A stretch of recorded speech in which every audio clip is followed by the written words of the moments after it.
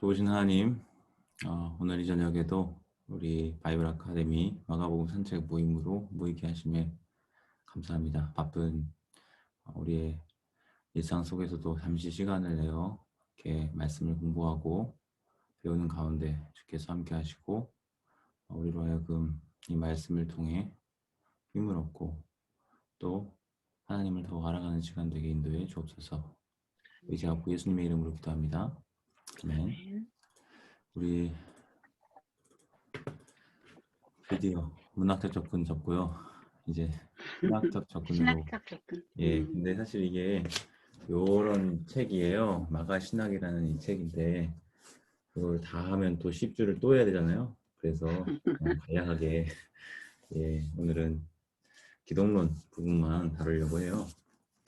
그 중에서도 뭐 다 다루기에는 시간이 없어서 그냥 간략하게 좀 우리가 신학적 접근이 뭔가 이런 거구나 감 잡을 수 있도록, 그리고 마가에서 예수에 대한 신학은 또 어떻게 정립이 될 수 있을지 그런 걸 좀 생각해보는 시간으로 삼았으면 좋겠습니다.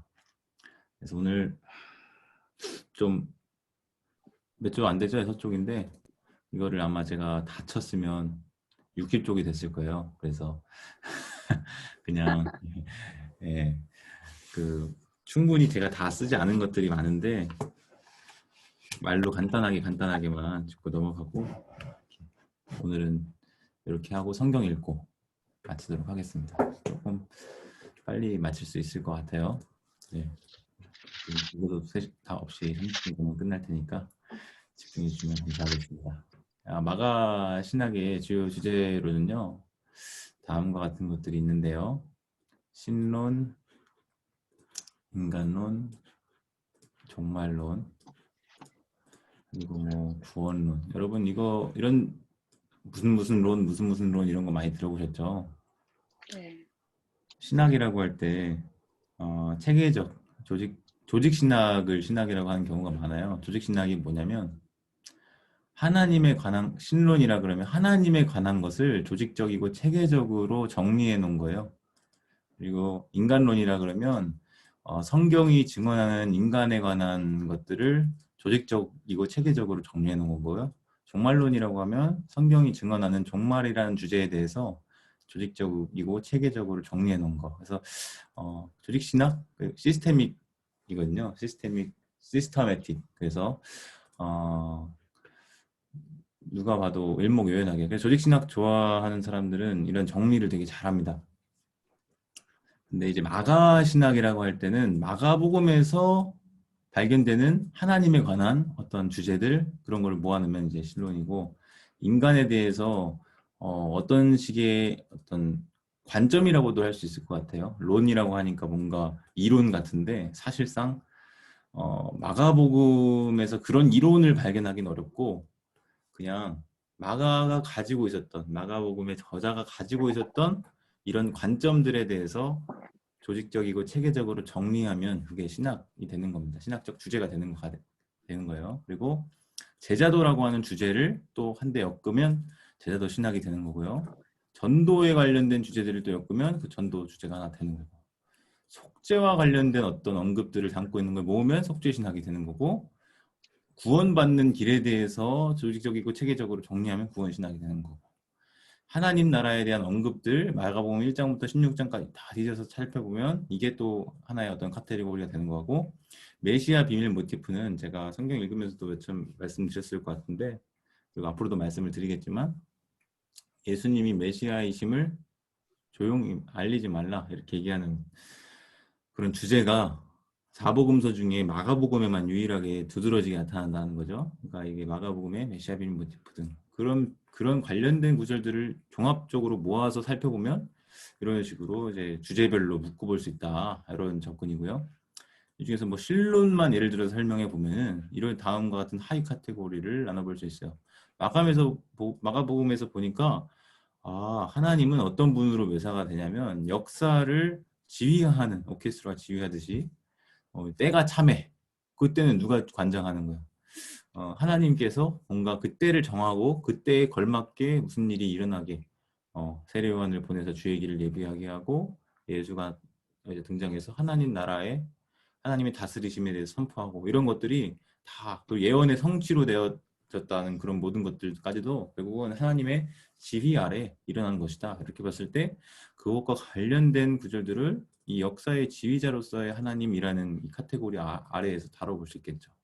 또 하나님이 왕이에요. 다스리심, 마실레이아트 대우, 하나님의 나라, 하나님의 다스리심, 하나님의 왕국, 이게 다 왕으로서의 하나님에 대한 묘사라고 볼 수 있죠. 전능자로서의 하나님, 자연과 모든 죄의 문제와 귀신들과 이런 모든 것들을 하나님께서 휘어잡으시고 다스릴 수 있는 능력이 있는 분이죠. 근데 하나님만 가능한 그것을 어찌 네가 하느냐 신성모독이로다 이렇게 되니까 이제 그게 기독론적인 주제로도 이제 연관이 되는 부분이 있는데 어쨌든 그 하나님의 전능자로서의 어떤 이 돌들을 들어서 변화 돌들로도 아브라함의 자손을 삼을 수 있다. 예를 들면 뭐 그런 언급들 그런 것들이 이제 전능자로서의 하나님에 대한 주제 아래에 들어간다고 볼 수 있죠. 또 장벽을 허무는 사람들이 어느 정도의 세리와 죄인들을 가까이 하면 안 되고 뭐 율법이나 이런 것들을 어떻게 하면 안 되고 그런데 하나님은 계속해서 그것을 뭔가 돌파하시는 그래서 계속 논쟁이 일어나고 충돌이 일어나잖아요. 근데 그 모든 것을 주관하시고 관장하는 분이 하나님이죠. 하나님께서 그런 것들을 이제 이끌어 가시고 예수의 죽음과 부활에 관한 하나님의 관여 아버지요 할만하시거든 이 잔을 내게서 옮기시옵소서. 누가 시킨 거예요? 하나님이 시켰으니까 예수가 그 잔을 아버지께 좀 걷어가달라고 그렇게 하나님이 관여하시는 부분이 있는 거죠. 부활도 하나님께서 관여하시는 부분이고 예수의 고난 앞에서의 하나님의 침묵 엘리 엘리 라마 사박다니 어찌하여 나를 버리시니까 근데 아무 말도 없죠. 이것도 하나님의 어떤 특징 주제가 들어가고 성육신의 신비도 이런 부분들이 다 마가복음에서 하나님과 관계된 어떤 언급들, 어떤 주제들을 모아서 정리해 놓은 거예요. 그러니까 신학적 접근이라는 게 결국 다른 게 아니라 한 주제, 한 주제 이런 카테고리를 이렇게 묶어 놓은 것으로 이해를 하시면 되겠습니다. 그래서 이것도 뭐 다 살펴보면 엄청 이제 많겠죠. 그래서 오늘은 위에 많은 신학적 주제들 중에서도 가장 중심이 된다고 할 수 있는 마가복음의 기독론 부분을 살펴보고자 하는데요. 기독론이라고 하면 기독이라는 게 그리스도론이잖아요. 그래서 예수가 누구신지, 예수가 어떤 일을 행하시는지 이 두 가지 제가 항상 많이 얘기하는 거가 이거거든요. 작성.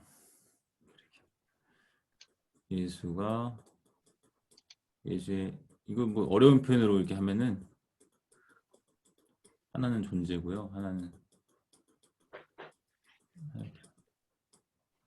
이게 누구냐, 이게 무엇을 하냐.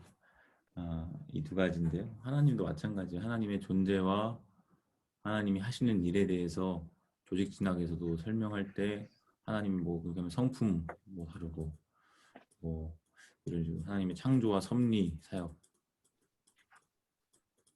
뭐 이런 식으로 이제 하나님의 존재와 사역에 대해서도 이런 식으로 파생하면서 또 이렇게 가지치기 하면서 이렇게 나가는 겁니다. 어쨌든 중요한 거는 예수님이 누구신지 어떤 일을 행하시는지를 중요한 게 기독론이라고 하는 주제인데요. 성경 본문을 바탕으로 조직적이고 체계적으로 정리한 내용을 말합니다. 그래서 마가복음은 1장 1절에서부터 예수에 대한 고백을 천명하면서 이 마가복음의 중심 주제가 예수와 관계된 것임을 이제 보여주죠. 하나님의 아들 예수 그리스도의 복음의 시작. 이렇게 하면 초점이 뭐냐? 예수예요, 예수. 근데 예수가 어떤 존재라는 걸 가르쳐주려면 하나님의 아들이라는 걸 먼저 하나 알려주고요. 또 하나는 그리스도라는 거를 여기서 강조하고 있어요. 여기 두 가지가 다 예수에 걸리는 건데 그 예수의 복음의 시작이다. 이렇게 되는 거죠. 그래서 마가복음의 중심 주제가 가히 기독론이라고 말할 수 있겠죠. 두 가지 방식으로 살펴볼 수 있는데요. 하나는 기독론적인 칭호들을 중심으로 살피는 것이에요. 예수가 어떤 이름으로 불리냐, 타이틀, 예수의 타이틀. 또 하나는 상연된 기독론을 살피는 것인데 상연된 기독론이 뭐냐, 연극에서 배우들이 상연을 한다, 자신의 배역을 연기한다. 나타내 보인다 이렇게 할 때 이 표현을 쓰는 것 같아요. 그래서 마가복음 안에서 보여진 예수의 퍼포먼스들 있잖아요. 귀신을 내쫓는다든가 가르침을 베푼다든가 자연을 잠잠케 한다든가 병을 고친다든가 이런 모든 퍼포먼스들이 결국 예수가 누구인지를 보여주는 거죠. 상현대 기도는요, 예수님 등장인물이 배역을 어떻게 연기하고 있는지 또 어떤 행위를 재현하고 사건을 일으키는지 그 모습을 관찰하고 그 가운데 반복적으로 나타나는 특징들을 종합한 것이라고 말할 수 있겠습니다. 그래서 뭐 이 상현된 기독론 이렇게 좀 생소한 표현일 수 있는데 대충 이런 의미라는 거 생각하시고 이 두 가지 오늘 간략하게 좀 볼게요. 뭐 자세하게 사실 보려면 볼 수도 있지만 그렇게까지 할 필요는 없을 것 같고 그런 하나하나씩 이제 항목들을 보면서 어떤 성경 구절에 근거해서 그런 것들이 이제 발견되는가 한번 살펴보면 되겠습니다. 첫 번째는 기독론적인 칭호예요.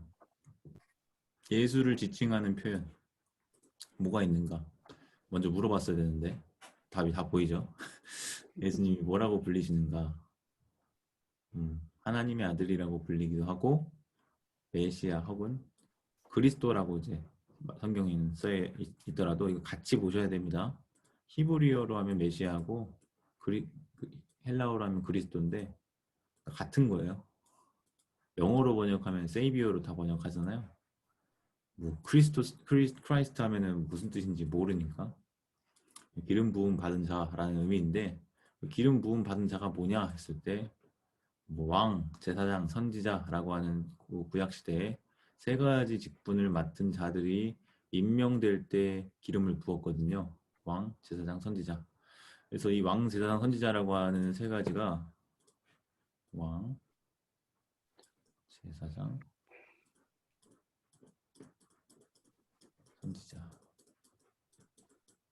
예수의 모습에서 이 세 가지의 직분의 어떤 면모가 드러나기도 해요. 그래서 기독론을 다룰 때 예수님이 메시아다, 그리스도다 할 때 예수님에게서 왕적인 면모도 볼 수 있고 제사장적인 면모도 볼 수 있고 선지자적인 면모도 볼 수 있고 그래서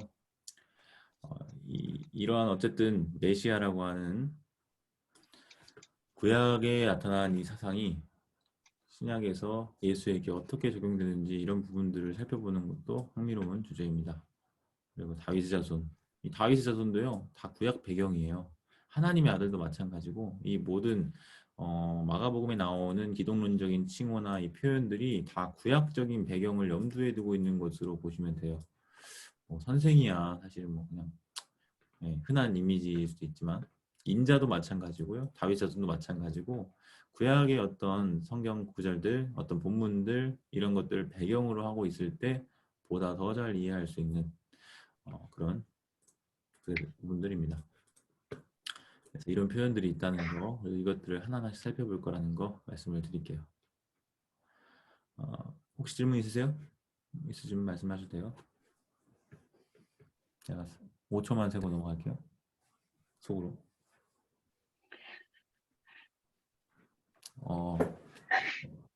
없는 걸로 알고 넘어갈게요. 네.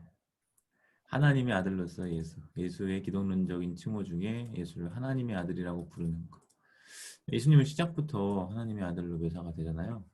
근데 결말에 이르러서도 다시 한번 누구의 입을 통해? 백부장의 입을 통해 확증돼요. 1장이 시작하는 장이고 15장은 뭐예요? 끝나는 장이잖아요. 거의 16장이니까 16장 8절로 끝나니까 거의 끝물에 사실은 뭐 1장 1절은 서두, 뭐 제목, 표제 뭐 이렇게 볼 수 있으니까 그러나 이제 세례 여기 있듯이 세례 이게 1장이거든요. 1장 11절 그리고 15장 39절 그러면 뭔가 처음과 끝을 장식하는 그런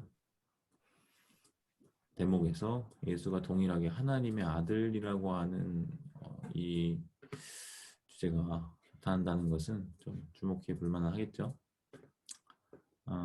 중간, 처음, 끝에서 반복적으로 또 드러나요. 그러니까 반복이라고 하는 것은 이미 그 반복되었다는 사실 자체만으로 강조가 되죠. 강조를 찾을 수 있죠. 근데 처음과 끝만 아니라 중간에도 나타나는데 중간에 뭐가 있냐? 9장에 변화산 사건이 있는데 하늘에서 음성이 들리기를 이는 내 사랑하는 아들이 너희는 그의 말을 들으라 라는 음성을 듣죠. 베드로와 야고보와 요한이 흥미롭게도 긍정적인 진술과 부정적인 진술이 함께 나타나는데요. 재밌는 저도 이거 사실 생각을 못했는데 하나님의 아들이라는 고백이 귀신의 입에서도 나오거든요. 이렇게 놓고 하나님의 아들. 이거는 적대적인 고백이죠. 이 귀신들이 신앙 고백하는 게 아닙니다. 예, 폭로예요. 이건 폭로. 예수님의 사역을 방해하려는 수작이에요. 폭로. 그러니까 긍정적인 의도로 이 고백이 이루어진 게 아니라는 걸 기억할 필요가 있습니다. 그 입에서 나온 말이 다 바른 말이라고 해서 그 의도가 다 좋은 건 아니죠. 마찬가지예요. 신문하는 대제사장에게도 네가 찬송받을 이의 아들 그리스도냐 이런 표현이 나와요. 여기 두 개 나오죠. 그리스도도 나오고 아들도 나오고. 찬송받을 이 하면 하나님이에요. 시편 같은 데 보면요. 하나님을 찬송받을 이로 묘사를 하거든요. 그러니까 찬송받을 이 하면은 왕이 아니고 뭐야 일반적인 사람이 아니라 하나님을 우회적으로 일컫는 표현으로 보시면 되고 그렇다고 한다면 예수님을 일컬어 지금 하나님의 아들 그리스도냐? 라고 물어본 거라는 말이죠. 근데 이게 믿고 싶어서 물어본 게 아니라 이게 뭔가 따져 묻듯이 그리고 이 맥락에서 막 조롱이 있거든요. 야, 네가 선지자냐? 그럼 내려와서 누가 때렸는지 맞춰봐. 뭐 때렸는데 맞춰봐. 뭐 그런 식으로 조롱하는 맥락인데 이렇게 긍정적인 맥락에서의 이런 하나님의 아들이라는 게 있는가 하면 반대로 부정적인 그런 의도로 사용된 표현들도 있다. 이건 재밌죠. 어쨌든 이런 식으로 하나님의 아들이신 예수님을 이제 뭔가 은연중에 독자들로 하여금 정보를 제공하는 거죠. 독자들에게. 계속해서 예수를 하나님의 아들로 묘사하는 대표적인 장면들은 이런 게 있어요. 백부장의 고백이 있고요. 사악한 소작인 비유. 이것도 새롭죠. 사악한 소작인 비유. 그리고 감람산 강화가운데 마지막 때에 관한 언급에도 예수님이 자신이 하나님의 아들이심을 은연중에 암시를 해요. 그리고 아바 용어, 아람어거든요. 이거 아바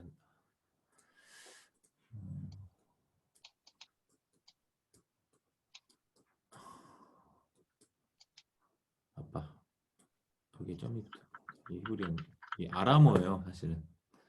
근데 히브리어가 아람어를 차용을 해서 알파벳만 따와서 쓰거든요. 그래서 그거를 예수님이 직접 그 감람산에서 겟세마네에서 기도하실 때 아빠 아버지여 하면서 기도할 때 하나님께 하면서 그걸 아바라고 그래요. 근데 사실 유대인에게서 이런 관습을 찾아보기는 드물거든요, 특히. 그리고 대제사장 물음에 대한 예수의 답변. 야, 네가 하나님의 아들 그리스도냐 했을 때 내가 그다. 이거를 번역을 어떻게 하느냐에 따라서 받아들이기가 달라질 수 있는데 일단은 제가 본 이 책에서는 내가 그다라고 하는 우리 개역개정의 성경의 번역을 그대로 인정하는 쪽으로 일단 보죠. 첫 번째로 백부장의 고백을 보는데요. 이게 마가복음 15장 39절인데 왜 앞에 뒀을까 싶으면 그만큼 이제 임팩트가 있고 중요한 언설이기 때문에 그런데요. 다 읽을 필요는 없어요. 예. 상황이 어떤지를 제가 좀 여러분들과 같이 살펴보기 위해서 33절부터 제가 가져온 거고요. 엘리엘리 라마 사막다니 이것도 아람어예요. 이 마가복음의 특징 중에 하나 우리가 살펴보기도 했었지만 아람어가 많이 나온다. 달리다 쿰 이것도 소녀야 일어나라 라고 했을 때 아람어죠. 그리고 뭐 에바다 열려라 이것도 다 알아보고 엘리 엘리 라마 사박다니 이것도 알아보고 아바 이것도 알아보고 뭐 다양한 알아보들이 마태복음이랑 누가복음 요한복음에는 그렇게 빈번하게 나오지 않는데 마가복음이 유난히 많이 나온다라는 것을 이제 말씀드린 적이 있었고요. 나의 하나님 나의 하나님 어찌하여 나를 버리셨나이까 이걸 왜 번역했을까? 아람어를 못 알아들을 거라고 생각하고 그렇죠? 이 마가복음을 접하는 독자가 이 엘리엘리 라마 사박단이라고 하는 언설의 의미를 잘 모르니까 이 저자가 보는 독자들을 배려해서 써준 거죠. 예, 그래서 이런 식으로 우리 역사적 접근할 때 그 청중이 어떤 사람들이었을까를 어떻게 추측하고 재구성하는 증거 중에 하나로 이렇게 쓰일 수가 있어요. 이를 번역한 줄 하면 이 사람들은 아람어를 모르네? 그럼 팔레스타인 지역의 사람들이 아니었을까? 그래서 로마 가설, 로마에 있는 그리스도인들에게 쓰여졌겠구나. 그래서 뭐 핍박받는 그리스도인들 뭐 이런 얘기들이 나오는 겁니다. 그때 샀던 자들이 보고 있는데 엘리엘리인가 엘리야 부르나 보다 이렇게 옆에 있었던 사람들이 얘기를 한 거죠. 그러니까 지금까지도 이 사람들은 예수님이 어떤 분이신지에 대한 이해가 아직 모자랐던 거예요. 예수님이 큰 소리를 지르시고 숨지니라. 여기서는 가상칠언이라 그러잖아요. 근데 재미있는 게 가상칠언이 한 복음서에서 나온 게 아니라 네 복음서에서 나온 십자가상의 그 말들을 다 종합한 거예요. 그래서 예수님이 십자가에서 일곱 번의 말을 하셨을 거다. 뭐 이런 식으로 이제 하는 건데 이게 종합적인 방법으로 보는 거고요. 사실은 이제 각 책마다 하나씩 볼 때 비로소 그 저자의 의도가 더 드러날 수 있겠죠. 어쨌든 여기서는 그 큰 소리에 대해서는 언급하지 않아요. 뭐 아버지여 이자들의 죄를 저들이 알지 못합니다. 스테반이 했던 것처럼 예수님이 그렇게 말씀했다고 요한복음인가 거기에는 이제 누가복음인가 소리를 지르고 숨지셨다고 하는데 여기서 이에 성소 휘장이 위로부터 아래로까지 찢어져 제가 언젠가 말씀드린 적이 있었던 것 같아요. 1장 할 때 찢어져요. 근데 이게 스키마조라고 하는 동사인데 스키마조가 어디서 한 번 더 쓰였을까요? 제가 저번에 한번 말씀드린 적인데 기억나시나요? 예. 어디요? 찢어져. 뭐가 찢어져? 한글 번역도 그냥 한글로만 봐서는 사실은 찾기 어려운데 세례시에 하늘이 어떻게 돼요? 열리고 방금 뭐라고 말씀하셨는데 하늘이 열리고 열리고 그거는 마가복음일까요? 마태복음일까요?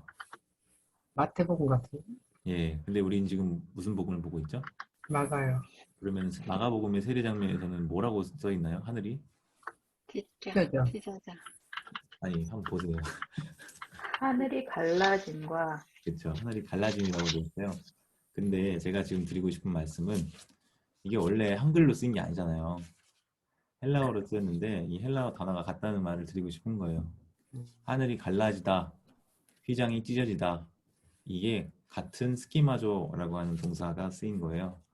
그러니까 이 단어의 연결 단어를 통해서도 수미상관이라고 하는 어떤 문학적인 기법이 활용이 되고 있는 겁니다. 왜냐하면 이 두 군데 왜 안 쓰여요? 스키마조라고 하는 동사가. 딱 마가복음에서 두 번 쓰였는데 그게 처음 세례받을 때 하늘의 갈라짐 그때 한 번 쓰이고 휘장이 갈라짐 할 때 두 번 쓰이는 거예요. 그래서 이것을 통해서 뭔가 하늘을 가르고 우리 뭐 찬양 중에서 뭐 그런 거 많잖아요. 하늘 가르고 이만 써서 막 그런 것처럼 예수님이 하늘과 땅의 경계를 갈라놓으신 원래는 그 경계가 분명해서 이것을 넘나들 수 없었는데 예수를 통해서 그 하나님의 다스리심이 이 땅에 도래하게 되고 휘장이 찢어짐으로 휘장이 사실은 우주관 유대 세계관 속에서는 그 우주를 상징하거든요. 그래서 그게 지금 예수님의 십자가 사건을 통해서 찢어지게 된 거예요.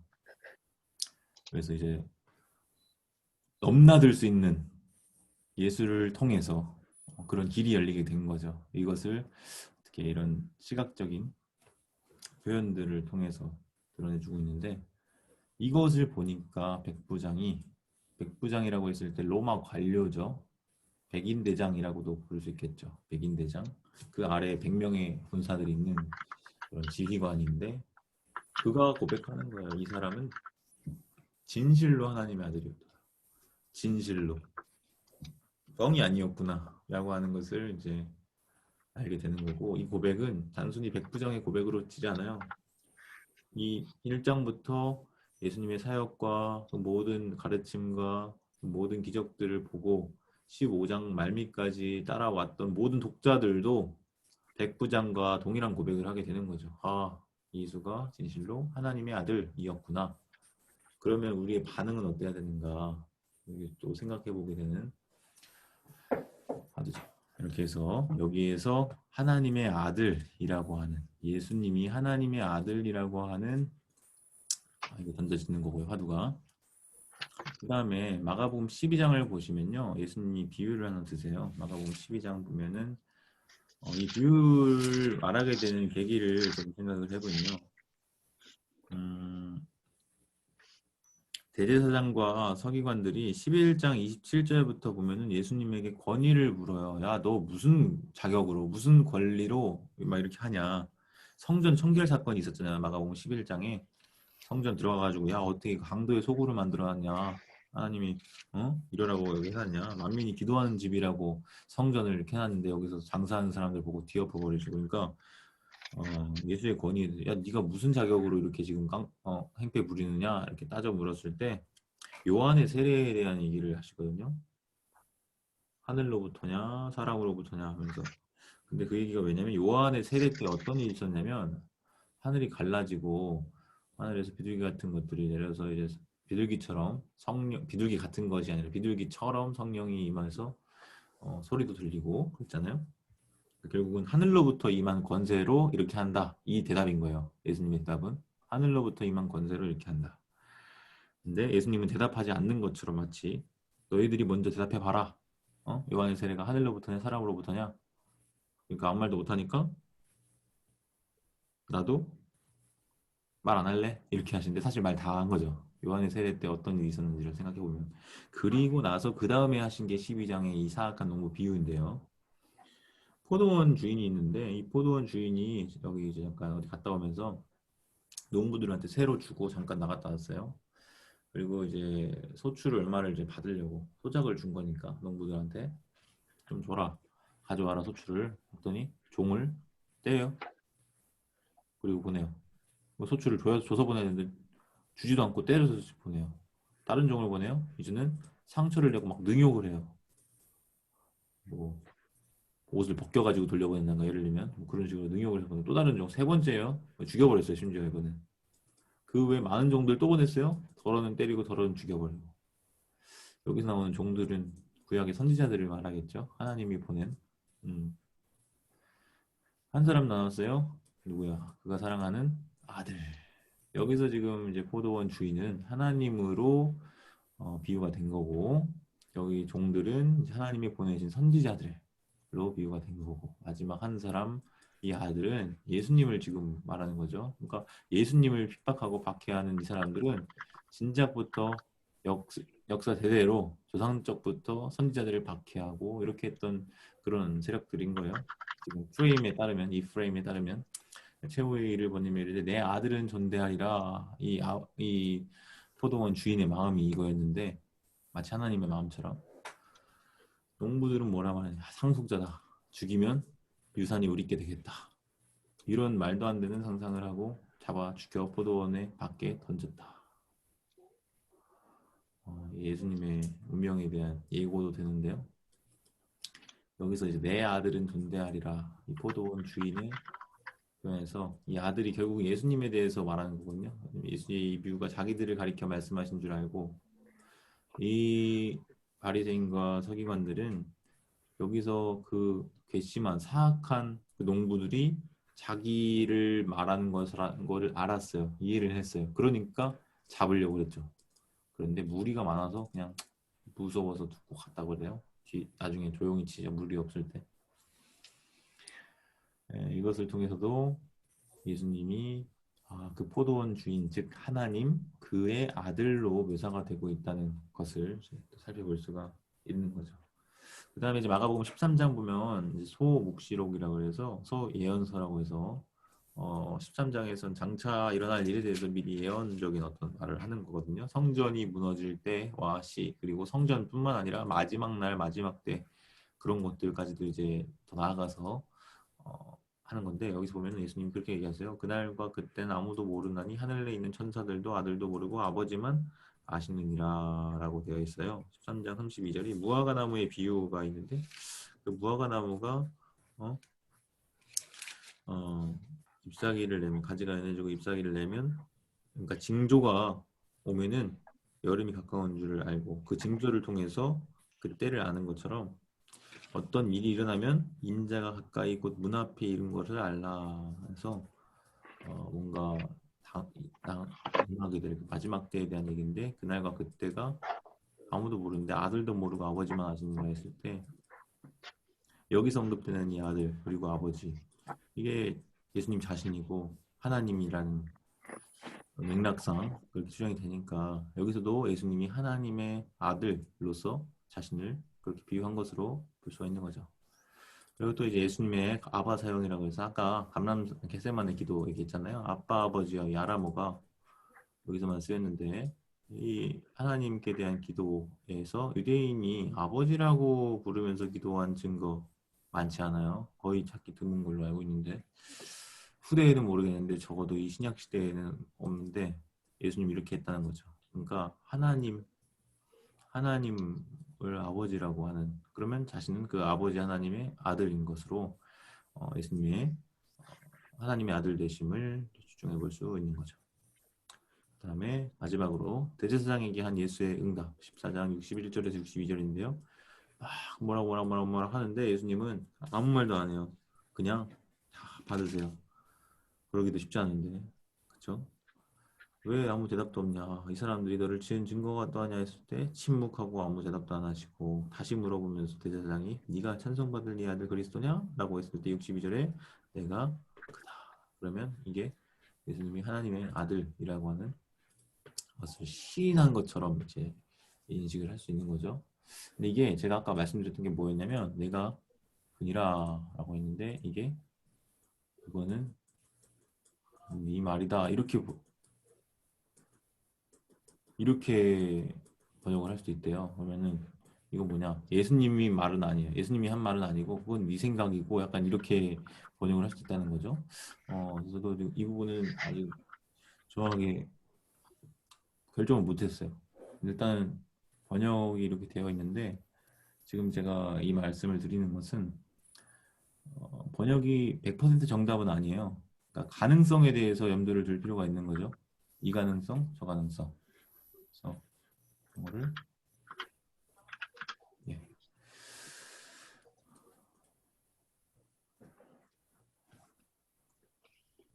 이 말이다 이러면은 뭔가 이거를 인정을 안 하는 것처럼 이렇게 이해를 할 수도 있는 거고. 그 다음에 이제 메시아로서의 예수야. 첫 번째 이제 하나님의 아들로서의 예수의 그 칭호를 본 거고요. 두 번째 메시아로 불리는 건데요. 몇 번이나 불릴까요, 예수님이? 메시아라는 단어를 찾으면 찾기는 쉽지 않거든요. 근데 그리스도를 찾으면 여기 있어요. 두드러지게 나타나는데요. 내러티브 다음에 이어진 내러티브 보면 이 친구가 문제가 있음을 암시하는데 마가복음에서 메시아라는 용어가 나타나는 다른 6번 중에 5번에서 이 친구는 예수의 사명이 뭔지 이해 못하거나 그래서 적대적인 사람들이 입에서 나온대요.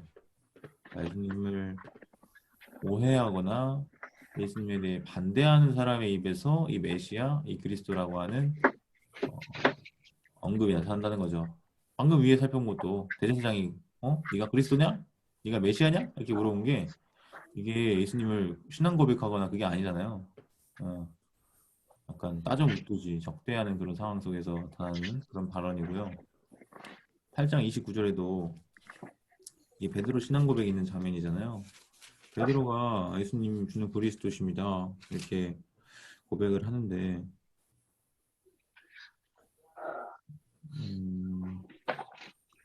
그 뒤에 어떻게 됩니까?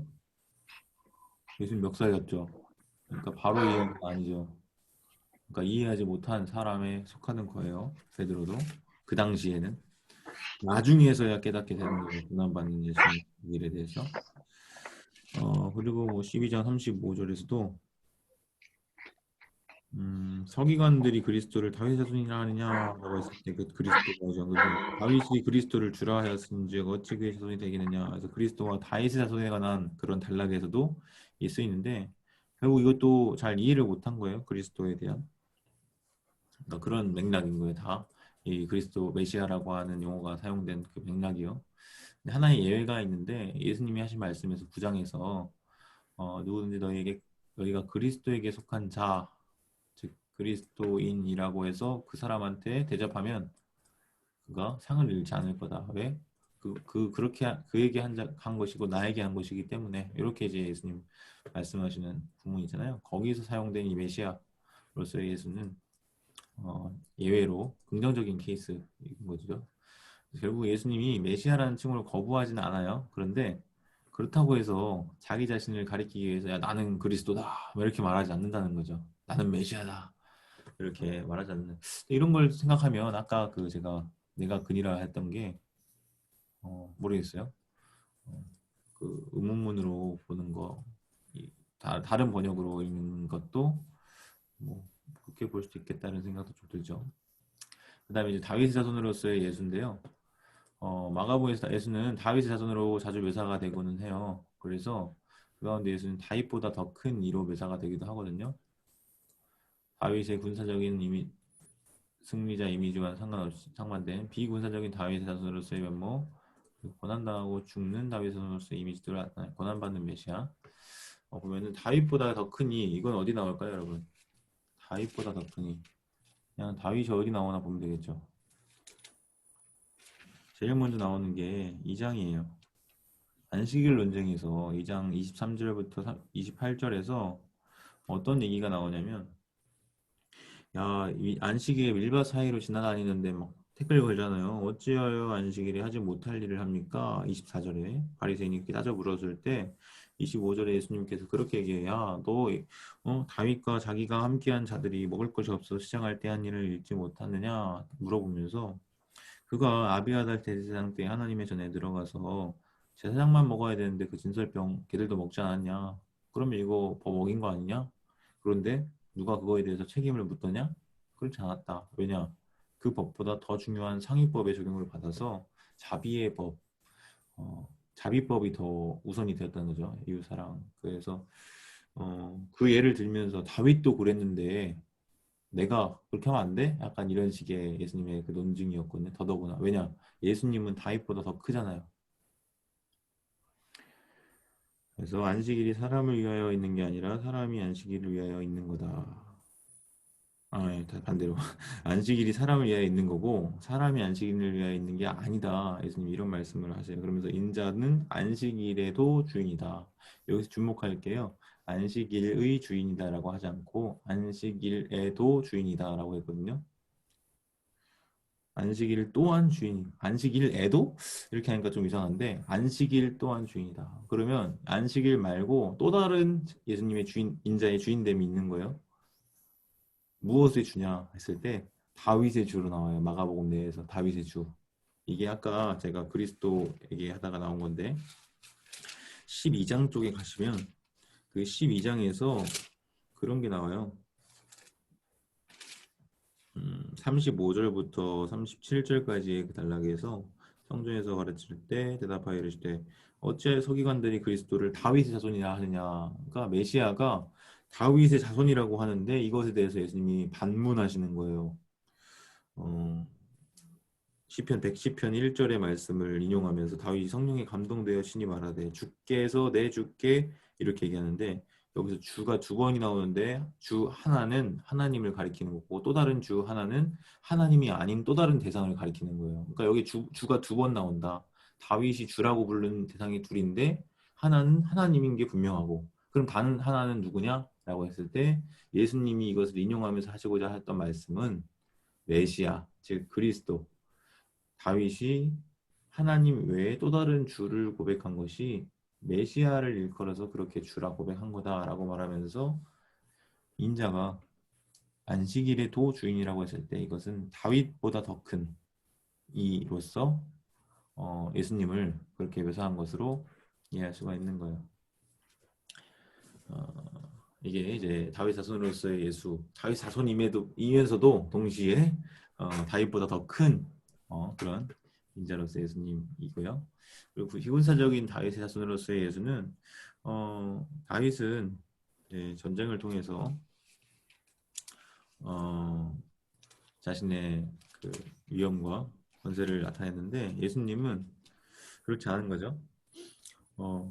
그래서 사람들은 다 이 군사적인 메시아를 기대하고 뭔가 승리를 기대하는데 예수님은 그 길을 갖지 않죠.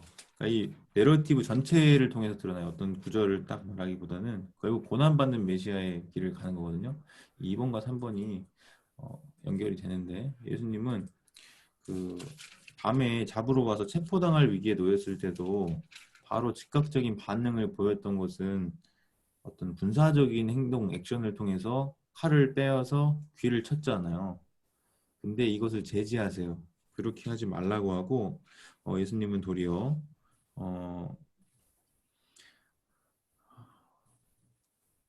그렇게 하지 말라고 이제 말씀을 하셨죠.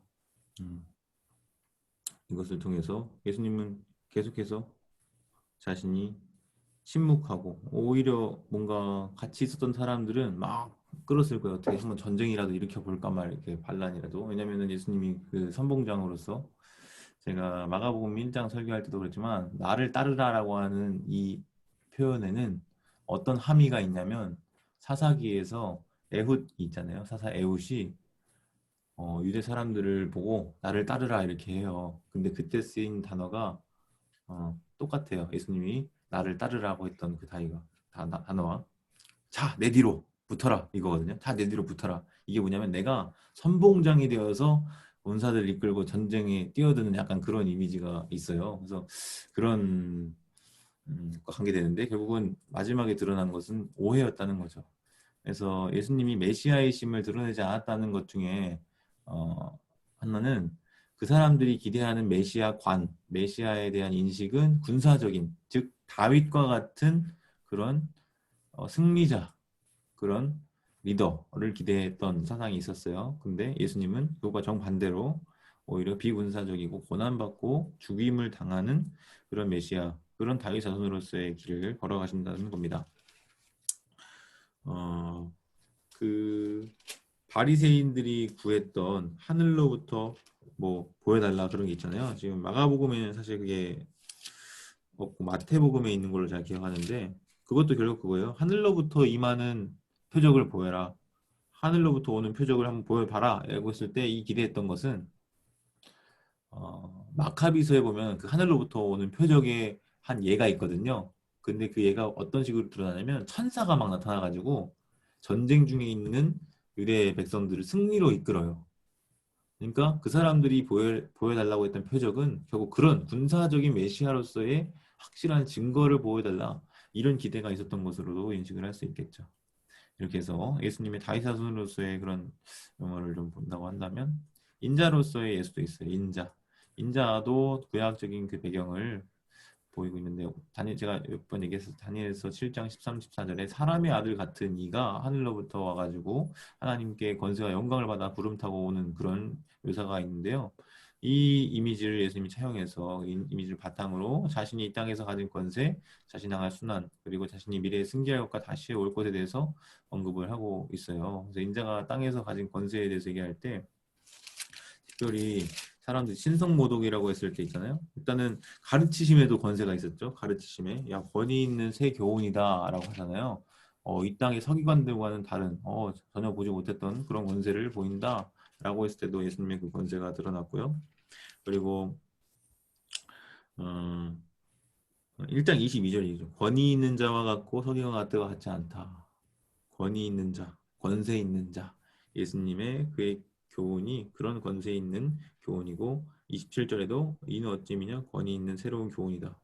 더러운 귀신들에게 명한즉 순종한다. 그것이 귀신 쫓는 권세가 예수에게 인자이신 예수에게 있다는 그런 것을 또 볼 수 있고요. 그다음에 죄사함의 권세도 있었죠. 2장에 중풍병자를 고칠 때 그냥 작은 자야 내 죄사함을 받았느니라 선언해 버려요. 죄사함은 하나님만 할 수 있는 건데 사람이 어찌 그런 말을 하냐 신성모독이로다 라고 마음에 생각했잖아요. 근데 예수님에게는 실제 그러한 죄사함의 권세가 있음을 무엇을 통해서 입증해 보이신 거예요? 일어나 이 자리를 들고 가라 라고 하는 그 말이 실제로 성취되므로 실제로 보이지 않아도 되는 즉 죄사함은 눈에 보이는 게 아니잖아요. 그러니까 그 당시엔 더 쉬운 거였겠죠. 더 어려운 것을 했으니까 더 쉬운 것을 더더구나 당연히 할 수 있겠죠. 근데 이것도 바꿔서 뒤집어보면 사실 오히려 죄사함이 더 어려운 거긴 해요. 그래서 이게 아리까리하긴 한데 어쨌든 예수님이 가지신 권세가 죄사함의 권세까지도 있다. 이런 것들을 보여주는 게 그런 이제 구절들이 되겠고요. 근데 이제 인자의 순환과 부활, 베드로의 신앙 고백 이후에 예수님께서 자신이 순환을 당할 것 그리고 예고를 하시잖아요. 세 번에 걸쳐서 8장 그리고 9장 그리고 9장 10장 이렇게 세 번 이제 예수님의 얘기를 하는데 3인칭으로 얘기해요. 야, 내가 이렇게 고난 받을 거고 십자가에 달릴 거고 죽음을 당하게 될 거야. 부활할 거야. 이렇게 하는 게 아니라 인자가 그렇게 될 거다라고 말씀을 하시거든요.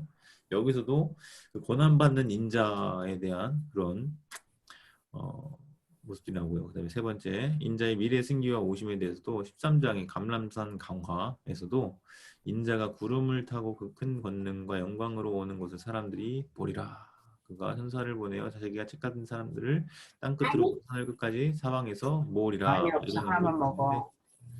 예, 저한테 하신 말씀 아니죠? 네. 네.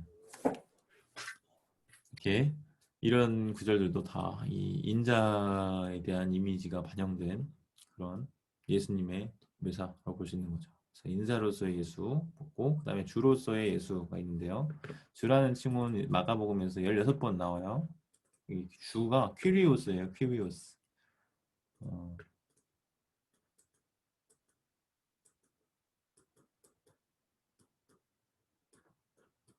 퀴리오스.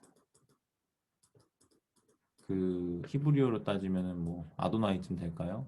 요드 에 바브 해 이게 요즘에 우리 다임 목사님 통해서 히브리어 많이 배우고 있죠. 지난주에 엘련이었는데 이제 오는 주일에는 여호와 치드케누인가? 네, 여호와 우리 의이거든요. 그러니까 이게 이 번역어예요. 같은 말이에요.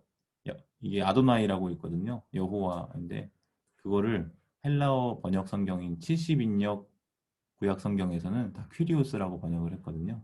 그러니까 주라고 하는 칭호는 사실 하나님 칭호예요. 하나님을 일컬을 때 쓰이는 칭호인데 이게 예수에게 적용이 돼서 16번이 쓰이는 거예요. 근데 재밌는 게 마가는 이 주라는 칭호를 모호하게 사용해요. 제가 아까 말씀드렸죠.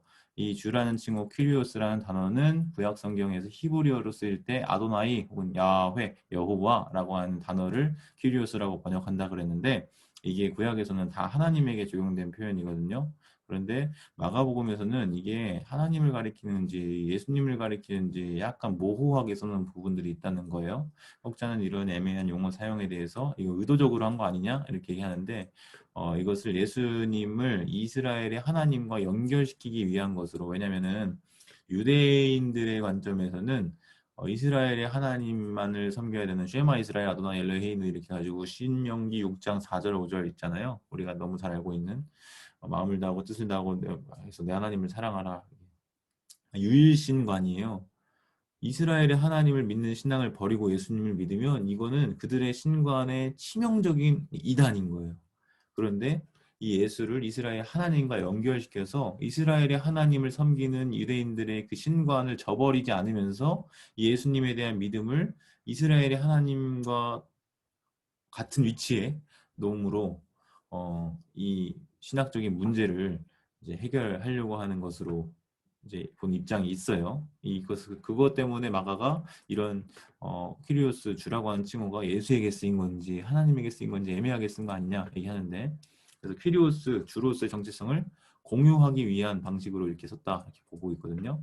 예를 들면 첫 장에 이제 1장에 시작할 때 세례 요한이 먼저 등장하잖아요. 근데 그 세례 요한이 등장하기 전에 먼저 구약 인용이 나타나는데 선지자 이사야의 글을 일컬어하면서 갑자기 말라기서 예언이 나오고 그 다음 절에 이사야 40장 3절의 말씀이 나오는데 보면은 이제 너희는 주의 길을 준비하라 그의 오실 길을 곧게 하라 여기에 나오는 주의 길 이게 이사야서 맥락에서는 누구예요? 하나님의 길이거든요.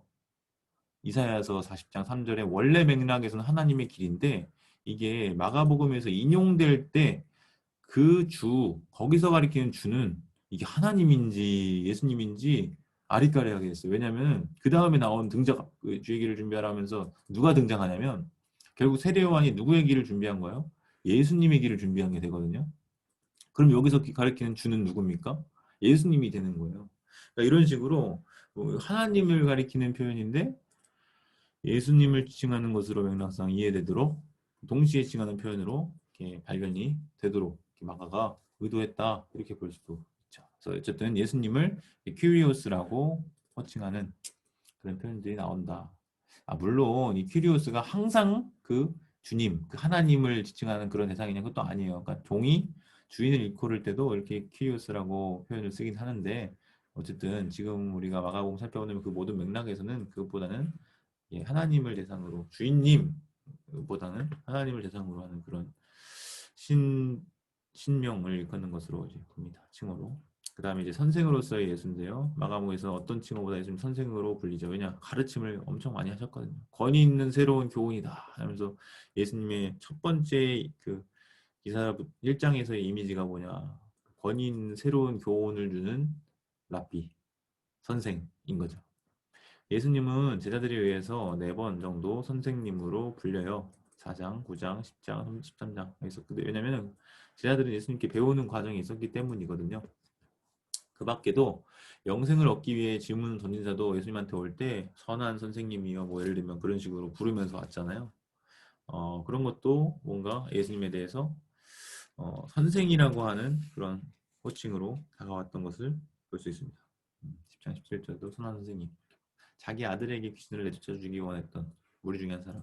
변호사 그 사건이 있은 다음에 내려오니까 막 제자들이 병 못 고쳐가지고 난리였잖아요. 그래서 예수님이 기도가 부족하다, 믿음이 없고 폐악한 세대여서 혼났는데 그때 그 사람도 예수님한테 와가지고 선생님이 이렇게 하는 거예요. 그 다음에 대적들도 속은 예수님 걸러 넘어뜨리려고 하는데 겉으로는 뭐라 그래 와서 선생님 해서 이렇게 그렇게 부를 때도 예수님을 선생님이라고 칭하고 가장 큰 계명이 무엇입니까? 물어볼 때도 그 사람도 선생님 이렇게 하면서 와서 물어본 거죠. 이게 다 예수님을 선생님이라고 부르고 야이로의 집에서 온 사람도 예수님을 선생님이라고 부르고 예수 역시 자신을 선생님이라고 하는 이미지로 설명을 하세요. 14장 14절에 보면은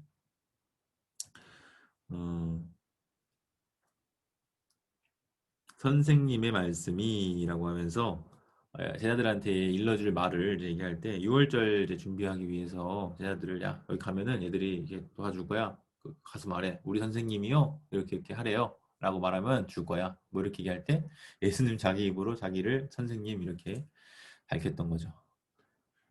가르침이 예수님의 특징적인 활동이잖아요. 가르침이라고 하는 단어가 예수님의 활동을 묘사할 때 16번 마가복음에 사용되는데 이게 마태복음보다 많고 누가복음보다 많은 거예요. 누가복음이 신약 성경에서 분량이 제일 길거든요.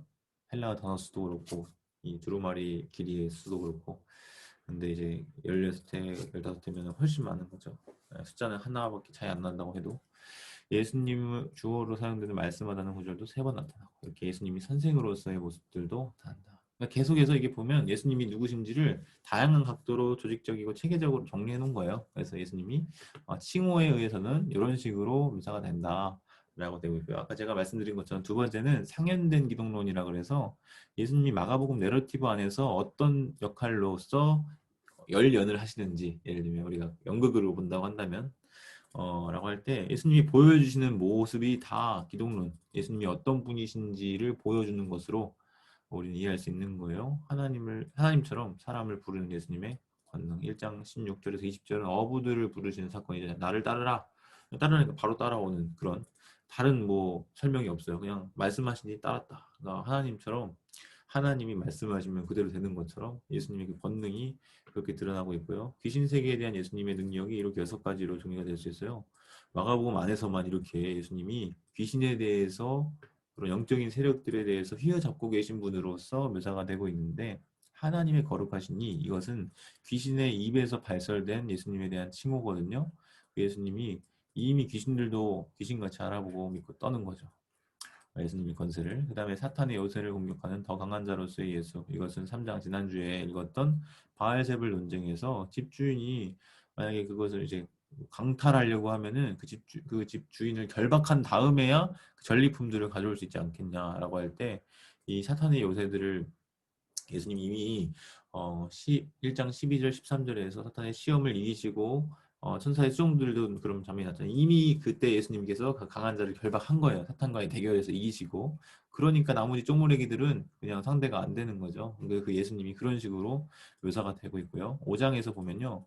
귀신인데 그냥 귀신이 아니라 보통 귀신이 아니라 군대 귀신이에요. 근데 이 군대가 레기온인데 로마 그 군대 체제에서 레기온이라고 그러면 6,000명급 되는 여단급이에요. 여단급.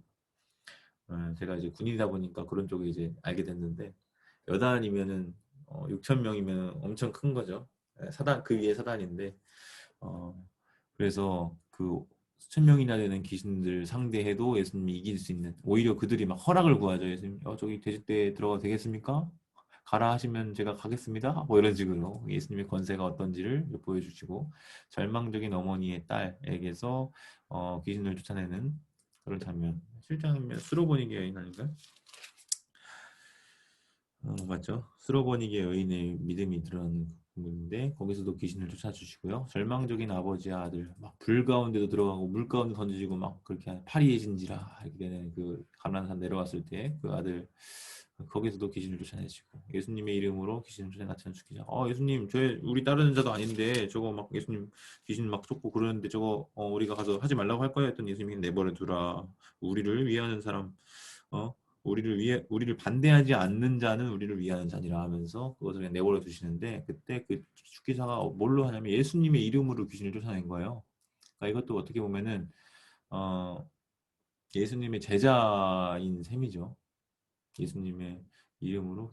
근데 재밌는 게 사도행전에서 바울처럼 따라하다가 스게와와 일곱 아들 기억나세요 혹시? 사도행전에 보면은 막 바울처럼 따라하다가 귀신이 막 그런 대사를 쳐요. 야 내가 예수도 알고 바울도 알거니와 넌 누구냐 이러면서 오히려 막 역공을 당하는 그런 장면도 있거든요. 그러니까 그것은 그냥 이름만 차용해가지고 갖다 쓴다고 해서 축기가 되지 않는다는 예가 되기도 해요. 근데 여기서는 예수의 이름으로 귀신을 쫓아내는데 성공을 했어요. 그 말인즉슨 이 축기사가 예수님을 따르는 제자에 속한 그런 믿음이 있는 자가 아니었을까 이런 생각을 하게 된다는 거죠. 어쨌든 이 귀신 세계에 대한 예수님의 능력을 보여준 사건들이 이렇게 있고요. 죄와 질병에 대한 예수의 능력도요. 죄를 사하는 그 중풍병자의 고치시는 장면에서 죄사함의 권세와 능력을 예수님이 보여주셨잖아요. 그리고 수많은 많은 병자들을 고쳐주기도 했고, 뭐 나병도 고쳐주시고, 혈루증도 고쳐주시고, 열병도 고쳐주시고 다 떠나가잖아요. 예수님의 이런 능력이 이 내러티브 안에서 드러내고 수천 명을 먹인 급식 기적, 오병이어, 칠병이어, 유대인들을 향한 그런 기적과 이방인들을 향한 기적이 두 가지 통해서 예수님이 그런 능력을 가지신 분이다. 신현 기적, 신현이라고 해서 테오판이라고 해서 어,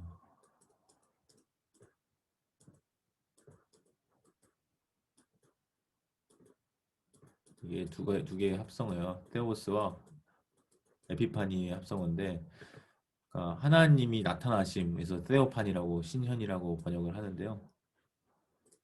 예수님이 마치 그 하나님이 나타나신 것과 같은 비슷한 방식으로 나타나셨다.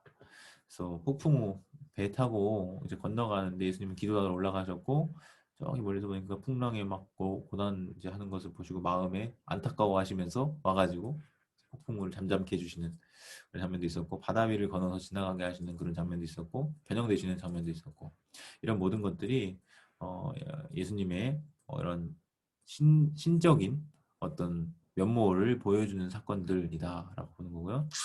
예수님이 하나님과 밀접하게 연결된 사건은 신랑이 오면 금식하겠냐? 잔치인데 먹어야지. 금식하면 되냐? 이런 맥락이거든요. 이제 10월 마지막 주 제가 금요기도의 설교인데 그때 이제 본문이긴 한데 그러니까 예수님이 신랑으로 묘사가 되고 있는 거 예수님이 왔는데 금식하면 되겠어요?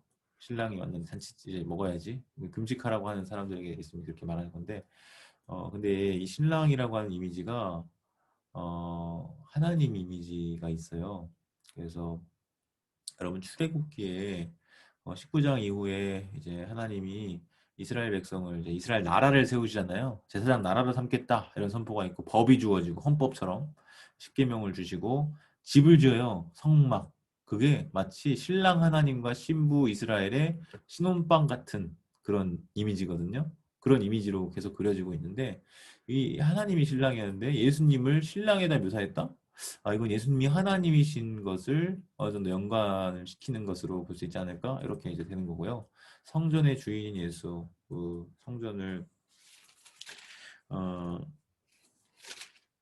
깨끗하게 하시는 그 장면에서 어, 예수님의 주인으로서의 어떤 권세를 이제 보여주고 있는 겁니다. 무슨 권세로 하느냐? 그거 예수님이 하나님의 아들이니까 성전도 결국 예수님의 주인이 되신 거잖아요. 그 다음에 마지막 때에 택하신 자들을 모으는 이로써 예수, 이 13장이 이제 재난의 징조와 때에 대해서 그리고 마지막 날에 대한 그런 예고가 담겨 있는 건데, 인자가 이런 일을 한다고 했는데 결국 그 인자가 누구냐? 예수님이잖아요. 네러티브에서 이런 것들을 보여주고요. 율법의 의도의 최종 결정권자로서 예수. 이 마가의 율법관도 참 재밌는데, 특별히 논쟁에서 두드러지는 것은 안식일에 대해서 2장과 3장에 그 주제들이 나오잖아요. 밀밭 사이를 거닐면서 먹는 것, 그리고 병 고치는 것, 이 두 가지의 안식일 이슈가 있는데, 예수님은 그 제사장들과는 전혀 다른 방식으로 그 율법의 의도를 해석하고, 하나님이 그 율법을 주셨을 때 근본 의도가 무엇이냐라고 해서 생명을 살리는 거냐 아니면 죽이는 거냐, 이 두 가지에 있어서 결국은 예수님은 살리는 방향을 하나님의 뜻으로 이해하고 그대로 실천하셨죠. 병을 고쳐주시고. 그러나 그것을 태클 거는 사람들은 오히려 그 율법의 근본 의도를 잘 모르는 자들이었다라는 것을 이제 보여주고 있고요. 정결과 관련해서도 그 장로들의 유전을 따라서 바리새인들은 야, 그거 부정한 손으로 깨끗이 씻지 않은 손으로 먹으면 부정해진다 이렇게 생각했는데, 예수님은 오히려 반대로 이해하시면 속으로 나오는 게 더러운 거다 이렇게 하시면서 그 율법, 장로들의 유전에 대해서도 틀렸다, 율법의 의도가 맞지 않다라고 하는 것을 지적하신 거고, 음식 율법에 관한 해석이 그렇고요. 이제 이혼에 관해서도 야, 원래 이혼하는 게 아니다. 그거 너희들의 완악함 때문에 모세가 하는 수 없이 준 거지. 원래는 이혼하는 게 아니다. 이런 식으로 이제 율법의 의도에 대해서 이미 정확하게 가르쳐 주시죠. 그다음에 가장 큰 계명에 대해서 뭐가 크냐 했을 때 하나님 사랑과 이웃 사랑, 이것이 가장 큰 계명이다라고 하는 것을 예수님이 해석을 해주시죠. 그리고 그것에 대해서 그러면 가서 네가 가진 것을 다 팔아 가난한 자들에게 나눠 주라.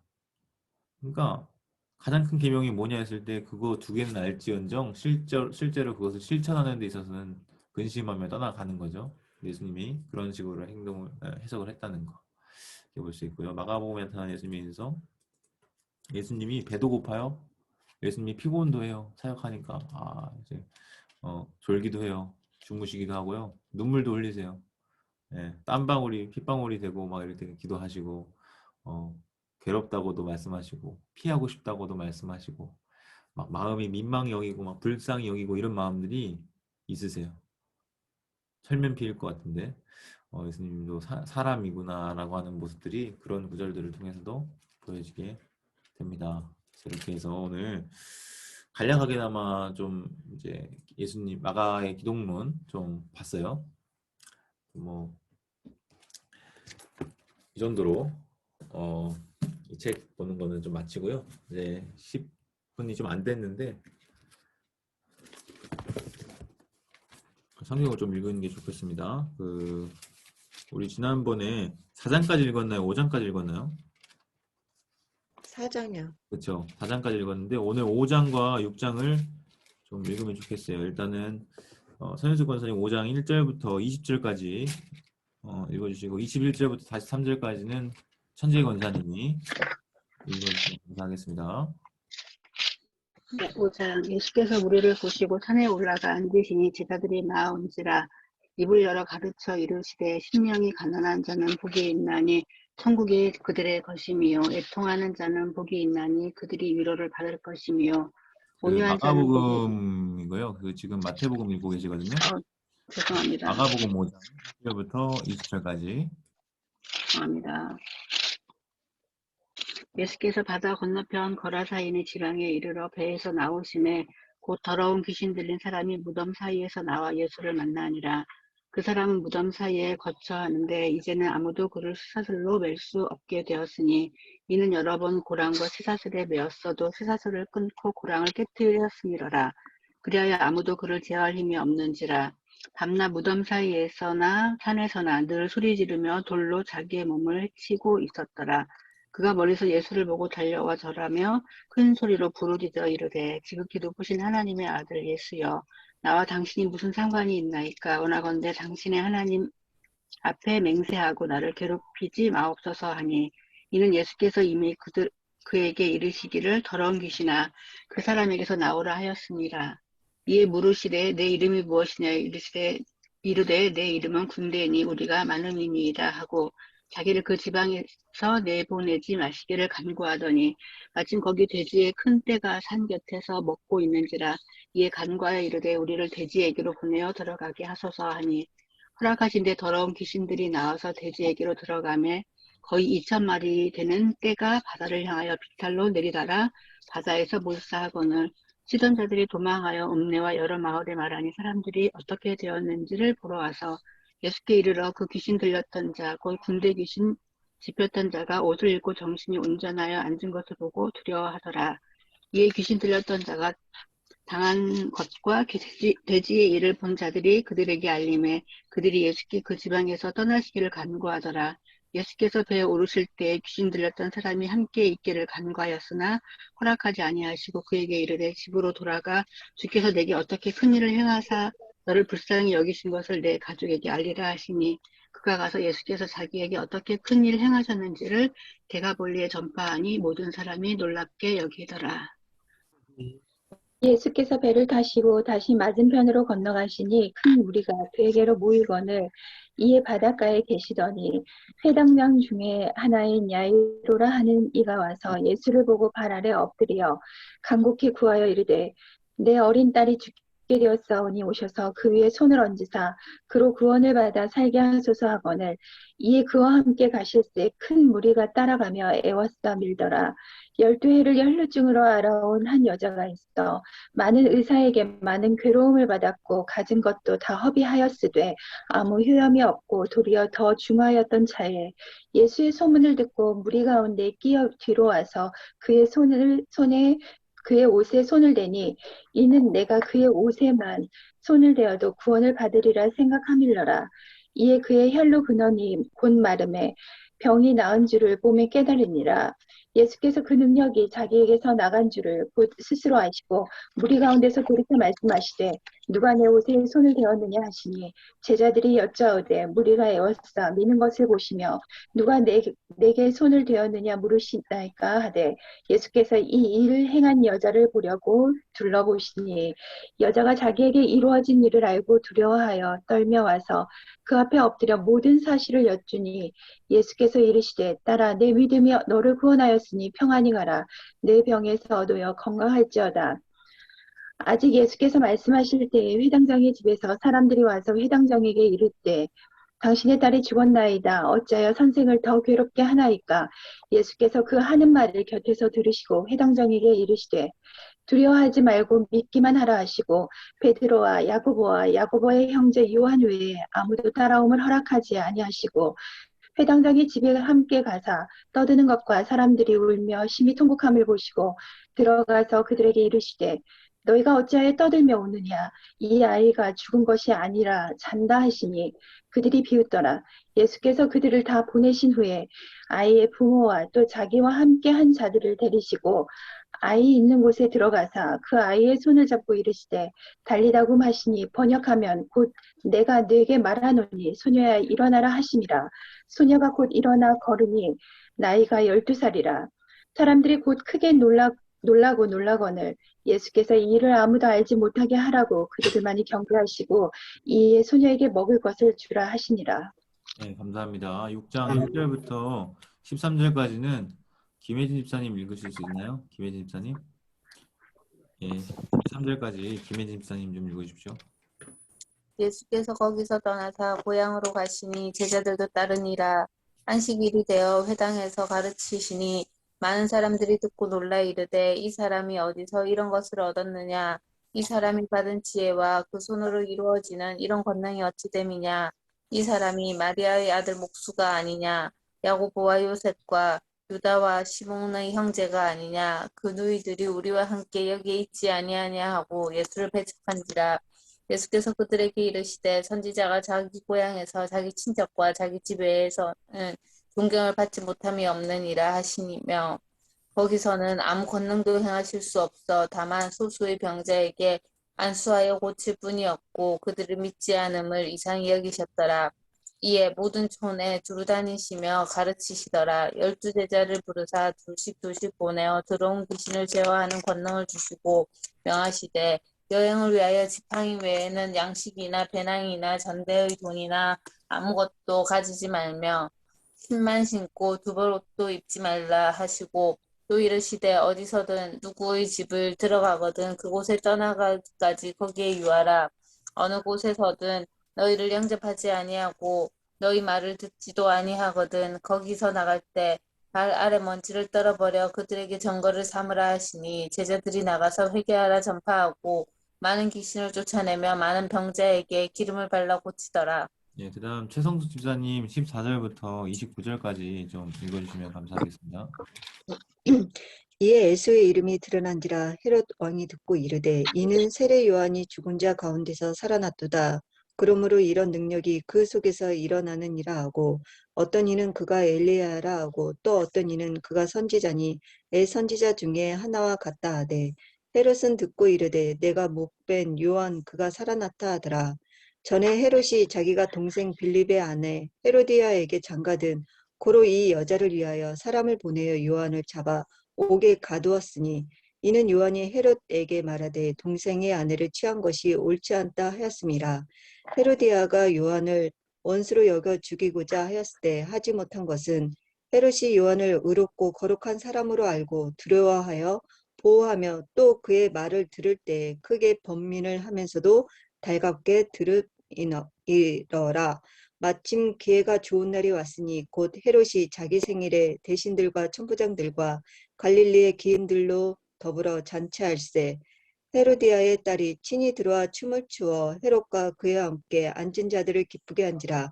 왕이 그 소녀에게 이르되 무엇이든 내가 원하는 것을 내게 구하라 내게 주리라 하고 또 맹세하기를 무엇이든지 내게 구하면 내 나라의 절반일지라도 주리라 하거늘 그가 나가서 그 어머니에게 말하되 내가 무엇을 구하리까. 그 어머니가 이르되 세례 요한의 머리를 구하라 하니 그가 곧 왕에게 급히 들어와 구하여 이르되 세례 요한의 머리를 소반에 얹어 곧 내게 주기를 원하옵나이다 하니 왕이 심히 근심하나 자기가 맹세한 것과 그 앉은 자들로 인하여 그를 거절할 수 없는지라.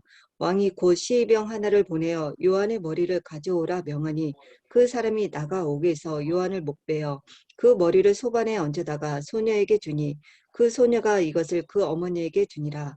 요한의 제자들이 들고 와서 시체를 가져다가 장사하니라. 감사합니다. 김윤경 집사님 30절부터 44절까지 읽어주시겠어요? 네. 사도들이 예수께 모여 자기들이 행한 것과 가르친 것을 낱낱이 고하니 이르시되 너희는 따로 한적한 곳에 가서 잠깐 쉬어라 하시니 이는 오고 가는 사람이 많아 음식 먹을 겨를도 없음이라. 이에 배를 타고 따로 한적한 곳에 갈새 그들이 가는 것을 보고 많은 사람이 그들인 줄 안지라. 모든 고을로부터 도보로 그곳에 달려와 그들보다 먼저 갔더라. 예수께서 나오사 큰 무리를 보시고 그 목자 없는 양 같은 거 인하여 불쌍히 여기사 이에 여러 가지로 가르치시더라. 때가 저물어 가매 제자들이 예수께 나와 여짜오되 이곳은 빈들이요 날도 저물어 가니 무리를 보내어 두루 촌과 마을로 가서 무엇을 사 먹게 하옵소서. 대답하여 이르시되 너희가 먹을 것을 주라 하시니 여짜오되 우리가 가서 200데나리온의 떡을 사다 먹이리이까. 이르시되 너희에게 떡 몇 개나 있는지 가서 보라 하시니 알아보고 이르되 떡 5개와 물고기 2마리가 있더이다 하거늘 제자들에게 명하사 그 모든 사람으로 떼를 지어 푸른 잔디 위에 앉게 하시니 때로 100명씩 또는 50명씩 앉은지라. 예수께서 떡 5개와 물고기 2마리를 가지사 하늘을 우러러 축사하시고 떡을 떼어 제자들에게 주어 사람들에게 나누어 주게 하시고 또 물고기 2마리도 모든 사람들에게 나누심에 다 배불리 먹고 남은 떡 조각과 물고기를 12바구니 차기에 거두었으며 떡을 먹은 남자는 5,000명이었더라. 감사합니다. 마지막 45절부터 56절까지는 강은혜 권사님 읽어주시겠어요? 네. 예수께서 즉시 제자들을 재촉하사 안 들려요? 들려요. 잘 들립니다. 감사합니다. 네. 예수께서 즉시 제자들을 재촉하사 자기가 무리를 보내는 동안에 배 타고 앞서 건너편 베사다로 가게 하시고 무리를 작별하신 후에 기도하러 산으로 가시니라. 드물매 배는 바다 가운데 있고 예수께서는 홀로 우태에 계시다가 바람이 거스름으로 제자들이 힘겹게 노젓는 것을 보시고 밤 사경쯤에 바다 위로 걸어서 그들에게 오사 지나가려고 하심에 제자들이 그가 바다 위로 걸어오심을 보고 유령인가 하여 소리 지르니 그들이 다 예수를 보고 놀람이라. 이에 예수께서 곧 그들에게 말씀하여 이르시되 안심하라 내니 두려워하지 말라 하시고 배에 올라 그들에게 가시니 바람이 그치는지라. 제자들이 마음에 심히 놀라니 이는 그들이 그 떡 내시던 일을 깨닫지 못하고 도리어 그 마음이 둔하여졌음이로다. 이러라. 건너가 게네사렛 땅에 이르러 대고 배에서 내리니 사람들이 곧 예수신 줄 알고 그 온 지방으로 달려 돌아다니며 예수께서 어디 계시다는 말을 듣는 대로 병든 자를 침상째로 메고 나오니 아무데나 예수께서 들어가시는 지방이나 도시나 마을에서 병자를 시장에 두고 예수께 그의 옷가에라도 손을 대게 하시기를 간구하니 손을 대는 자는 다 성함을 얻으니라. 네, 감사합니다. 오늘 이렇게 해서 6장과 5장과 6장을 읽었는데요. 한 20분인데 10분 정도 시간이 주어져 있는 것 같아요. 그 전에 지난주에 제가 한번 측정 비유 있잖아요. 4장에서 비유 중에 하나가 등경 비유가 나왔고, 그 다음에 헤아림 4장 24절, 25절이 있었는데 너희가 무엇을 듣는지 스스로 삼가라. 너희의 헤아리는 그 헤아림을 너희가 헤아림을 받을 것이며 더 받으리니 있는 자들 것이 없는 자는 그 있는 것과 이도 빼앗기리라. 이거를 제가 지난주에 제대로 설명을 못 드려가지고 오늘 제가 알아가지고 드린다고 하셨는데 이게 측량이에요. 측량. 그 대박. 우리가 한 돼, 두 대 할 때 전통 재래시장에서 퍼가지고 할 때 그것처럼 이 헤아리는 헤아림이니까 헤아림이 뭐냐 이렇게 했을 때 측량하는 어떤 도량형 단위로 생각하시면 될 것 같고요. 그러니까 여기서 지금 중요한 것은 등불 비유는 계시성, 드러나는 거, 감추어져 있는 게 아니라 계시성에 대해서 이제 은닉성과 계시성에 대해서 대조를 보였다고 한다면 지금 이 측량 비유, 이 헤아림에 대한 이 비유는 우리가 듣는 만큼 우리가 이해를 할 수 있을 것이다. 이런 측면으로 예수님의 가르침을 듣고 이해하는 인지 과정에 대해서 이제 함축하고 있는 그런 비유로 이해를 하시면 될 것 같다. 그래서 그대들이 듣고 이해하는 양만큼 깨달음이 하나님에 의해서 주어지게 될 것이다. 이런 말을 지금 우리가 알아들 수 없는 알쏭달쏭한 말로 헤아림 자는 너희의 그 헤아림으로 너희가 헤아림을 받을 것이며 더 받으리니 이렇게 되어 있잖아요. 그래서 사실 이거 이해하기 쉽지 않은데 이제 좋은 주석 제가 교정 작업을 했던 주석이거든요. 1268페이지짜리인데 제가 이거 다 원고를 쳐가지고 교정받던 책이어가지고 잘 해석이 되어 있어서 잘 말씀드렸습니다. 그래서 청자의 능동성을 강조하는 그런 비유로 이 CBU를 이해하시면 될 것 같고요. 5장에 귀신 들린 사람을 고친 이야기가 1절부터 20절까지 나와 있어요. 꽤 길죠. 중요한 이제 이미지가 있는데 연속되는 부정한 대상들이 등장을 하는 거예요. 5장에 보시면 귀신 들린 사람, 이 사람은 깨끗한 사람일까요? 안 깨끗한 사람일까요? 당연히 안 깨끗한 사람이죠. 근데 그것만 들어도 부정한데 일단 1절에 예수께서 거라사인의 지방에 이르렀다 했잖아요. 이게 이방 지역이에요. 이방 지역. 거라사인의 지방 자체가 이방 지역이에요. 유대인들의 관점으로 보면 이방인들은 정결하지 않은, 깨끗하지 않은 사람이잖아요. 여기서 한 번 부정해요. 그 다음에 배에서 나왔는데 누굴 마주쳐요? 더러운 귀신 들린 사람이요. 2번 부정해요. 근데 여러분 여기서 끝나지 않아요. 3콤보예요. 무덤 사이에서요. 3번 부정해요. 무덤은 부정하거든요. 그러니까 완전 부정함의 끝장이에요. 지금 이 배경 설정 자체가 굉장히 유대의 정결 개념적인 관점에서 봤을 때 너무나 부정한 그런 상황인 거예요. 근데 이 사람 참 처참하죠. 무덤 사이에 거처하는데 아무도 그 사슬도 맬 수 없게 돼서 그냥 귀신 들려가지고 힘이 보통 사람의 힘이 아닌 거죠. 사슬을 끊고 그래서 아무도 제어할 힘이 없는 그런 아무도 그 제어할 힘이 없다라고 하는 이 표현 자체가 암시하는 게 뭐냐. 이런 자를 제어하시는 예수님이 부각되는 거예요. 아무도 제어할 힘이 없는 그 사람을 제어하는 예수님. 예수님이 와가지고 절하면서 얘기하죠. 지극히 높으신 하나님의 아들 예수요. 근데 아까 우리가 그 칭호기독론 볼 때 이 표현이 물론 예수님에 대한 어떤 고백이지만 긍정적인 표현이 아니라 그랬죠. 귀신이 하는 거라고 했죠. 큰 소리로 부르짖으면서 막 소리를 지르면서 막 그럴 거예요. 우리가 생각하는 것처럼 지극히 높으신 하나님의 아들 예수님 이렇게 하는 게 아니라 하면서 뭔가 샤우팅 하면서 당신과 나가 뭔 상관입니까 하면서 날 내버려둬라 괴롭히지 말라. 예수님이 막 괴롭히는 사람인 것처럼 예수님이 그래서 내쫓으셨나요? 네, 유별나게 예수님 여기서 이름을 물어요. 귀신한테.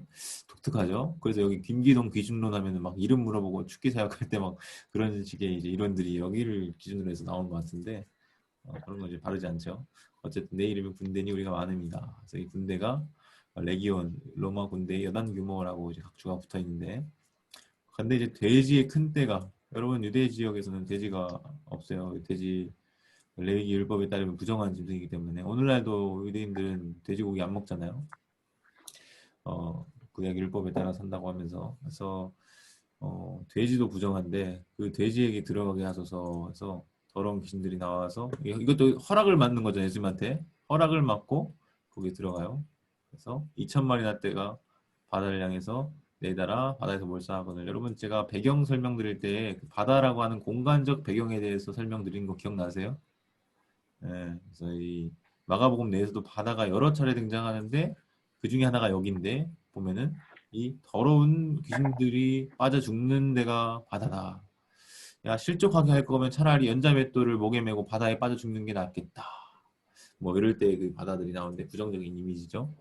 시선자들이 말하고 사람들이 어떻게 되는지를 보러 와서 언제 운전하기 두려워합니다. 근데 재밌는 게 이러한 예수님의 능력과 아무도 제어하지 못하는 자를 제어하고 고치시는 능력을 보면은 예수님을 믿고 신앙을 고백해야 될 것 같은데 그들이 어떻게 합니까?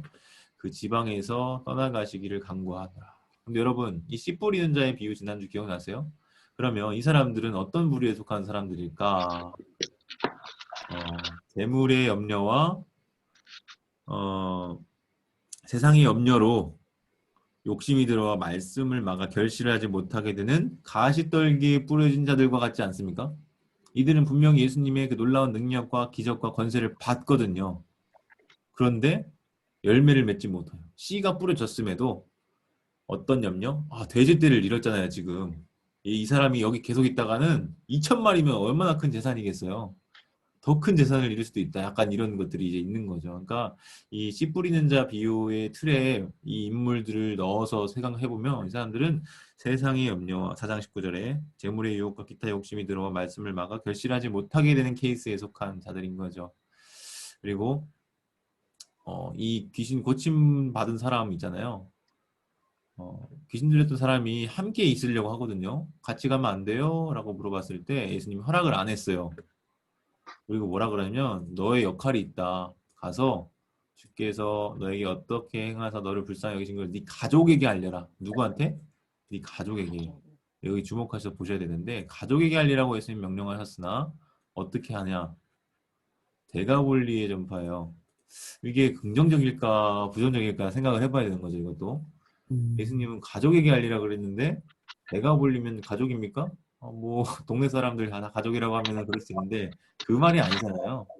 예수님 말씀하신 그대로 이행한 것은 아닌 것으로 저는 이해가 되거든요. 그 1장에 40절부터 45절에 나타난 나병 환자도 분명히 예수님께 고침을 받았어요. 예수님이 그 사람한테 뭐라고 말씀하셔요. 가서 제사장에게 내 몸을 보이고 이렇게 된 것을 이제 아무에게도 아무 말도 하지 말고 가서 이렇게 하라고 했는데 그 사람은 가서 뭐 하냐면 바로 떠들어대면서 말하거든요. 예수님 뭐 이렇게 적고 이렇게. 그럼 이 사람이 전도했으니까 잘한 거네? 이렇게 볼 수도 있지만 그 결과를 봤을 때 예수님이 그 사람이 떠들고 다닌 것 때문에 드러내어 다니지 못하고 다만 한적한 곳에 가셔서 얼마가 머무르셨다 이렇게 됐거든요. 그런 부정적인 결과들을 봤을 때 이 케이스도 뭔가 좀 찜찜해요. 이 사람을 꼭 좋은 밭이라고 봐야 되냐 했을 때 이 사람은 좋은 밭으로 보기가 좀 어려울 것 같다는 생각이 듭니다. 그런가 하면 자, 그 다음 단락이 이어지는 부분이 이제 21절부터 야이로의 딸과 예수의 옷에 손을 댄 여자가 나오는데요. 이 단락은 재밌는 게 샌드위치 구조로 되어 있어요. 제가 무슨 구조라고 했죠? 샌드위치 구조. A, B, A 다시. 자, 이게 앞과 뒤를 감싸고 있고 중간에 하나 나오는데 이게 바로 혈류증 여인이에요. 그럼 무엇으로 감싸 있어요? 야이로가 와서 고쳐달라 이렇게 하잖아요. 근데 그 가는 와중에 혈류증 여인이 밀면서 에어싸 밀는 그 와중에서 터치한 거죠. 근데 손만 대어도 구원을 받으리라 생각하고 터치를 했더니 예수님이 능력이 나갔대요. 그래서 이 이야기가 갑자기 딴 얘기로 새는 거잖아요. 가다가 말고. 그러니까 이게 A, B, A 다시의 구조인데 이 연결 단어가 있는데 그 연결 단어가 뭐냐? 이 도데카, 12이라고 하는 단어예요. 이것과 무엇이 연결될까요? 뜬금없이 도데카가 한 번 더 나오거든요. 어디 나와? 또 뜬금없이 나이가 12살이야. 이거 왜 얘기하는 거예요? 나이가 뭐가 중요해? 소녀를 고쳐줬는데 지금 이것은 링크예요. 링크. 연결 단어. 이거를 굳이 쓴 것은 자 이것을 볼 때 이 두 가지를 같이 봐달라라고 하는 저자의 의도가 담겨 있는 연결 단어예요. 근데 이거를 놓치면 우리는 이걸 통으로 이해할 수가 없게 되는데 이 12이라고 하는 단어가 A, B, A-라고 하는 구조 가운데서 연결 단어로 주어진 것을 안다면 이 두 케이스는 어떤 케이스로 묶여지냐면 긍정적인 케이스예요. 어떤 긍정적인 케이스? 믿음의 본을 보인 거예요. 조연이. 믿음이란 이런 거야 라고 하는 것을 보여주는 다시 말하면 좋은 밭의 모델이 이 사람들이 될 수 있는 거죠. 말씀을 받고 그것을 믿음으로 받아서 결국은 30배, 60배, 100배의 결실을 하는 그런 인물군. 그 사람들이 바로 여기 야이로 그리고 이 혈루증 걸린 여인이다 라고 볼 수 있겠습니다. 그런가 하면 이렇게 긍정적인 모델이 나왔는데 6장에 어때요? 예수님이 고향에서 배척을 받으세요. 여러분 고향이니까 예수님의 가족이니까 뭔가 더 영접하고 더 받아들이고 더 많은 능력을 체험할 것 같잖아요. 그런데 거기서는 아무 권능도 행하실 수 없었대요. 안타깝죠. 3장에서도 비슷한 사건이 있었어요. 예수님이 가족들이 와가지고 붙들러 왔다 그랬어요. 그때 붙들러 왔다고 하는 단어가 뭐라 그랬죠? 체포하러 왔다고 하는 그 끄라떼오라고 하는 동사가 그대로 사용됐다 그랬어요. 거기서도 사용되고 예수님이 유다에 의해서 체포당할 때도 끄라테오라고 하는 동사가 사용되고 다시 말하면 예수님의 가족들이 예수님을 믿지 않고 미친 사람이 정신이 나갔다 이렇게 생각했다는 거잖아요. 고향도 마찬가지고 그러니까 누가 내 가족이냐 했을 때 혈연으로 맺어진 그 친족 가족이 하나님의 가족이 아니라 여기 둘러앉는 자들을 보시며 누구든지 하나님의 말씀을 듣고 따라 행하는 자들이라고 했을 때 여기서 하나님의 백성, 하나님의 가족이 재정의되는 것이다 라고 말씀을 드렸죠. 믿음의 사람들이. 근데 그 희망적인 것은 소수의 병자들은 안수해서 고쳤어요. 이 소수의 병자들이라고 할 때 이 사람들은 아무런 권능을 행하실 수 없게 했던 그런 배척하는 사람들과는 구별된 자들이었던 거죠. 다시 말하면 배척한 게 아니라 받아들이고 믿고 따르는 여기서도 어떤 좋은 밭의 그런 모델들을 볼 수 있겠죠.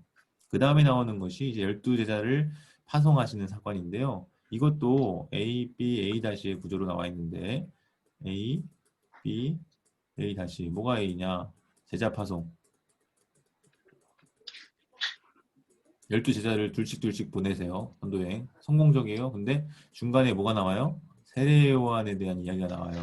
과거 회상신, 플래시백이라고 그러잖아요. 세례요한이 어떻게 됐는지를 지금 죽은 게 아니거든요. 옛날에 죽은 건데 갑자기 끌어오면서 옛날에 무슨 일이 있었는데 하면서 들려주는 거예요. 그 다음에 뭐하냐? A-에서는 제자들이 귀환해요. 전도여행 갔다가 보고하는 거죠. 보고. 성공적인 보고.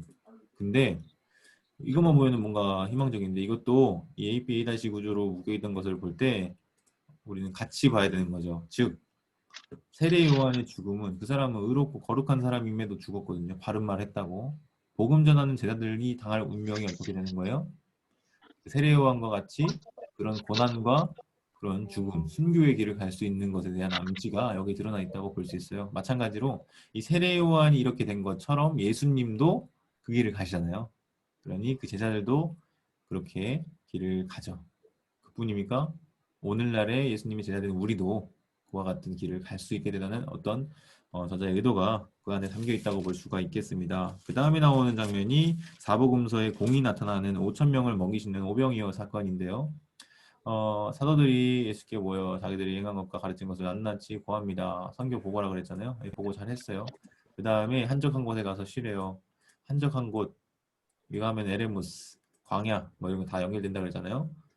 그러면 이제 여기가 배경이 설정된 거예요. 이제 무슨 사건이 일어나는 거예요? 오병이어 급식 기적이 나타나는데 그 장소가 어디라는 거예요? 한적한 곳인 거예요. 여기 빈들, 이것도 같은 단어예요. 에레모스예요. 한적한 곳, 빈들, 광야 다 똑같이 에레모스라고 하는 단어가 사용되었다는 거 기억하시고요.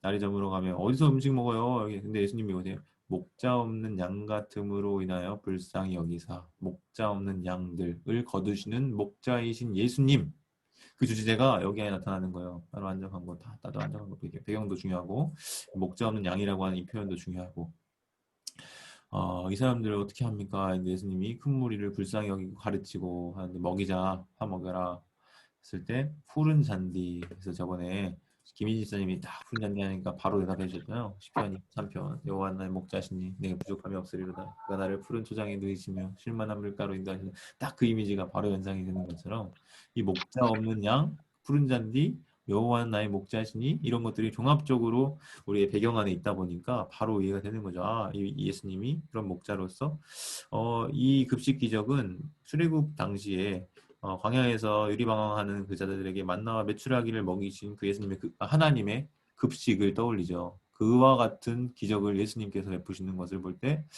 예수님이 그러한 목자로, 그러한 메시아로 우리를 구원하시는 분이시구나라고 하는 것을 보여주는 거죠.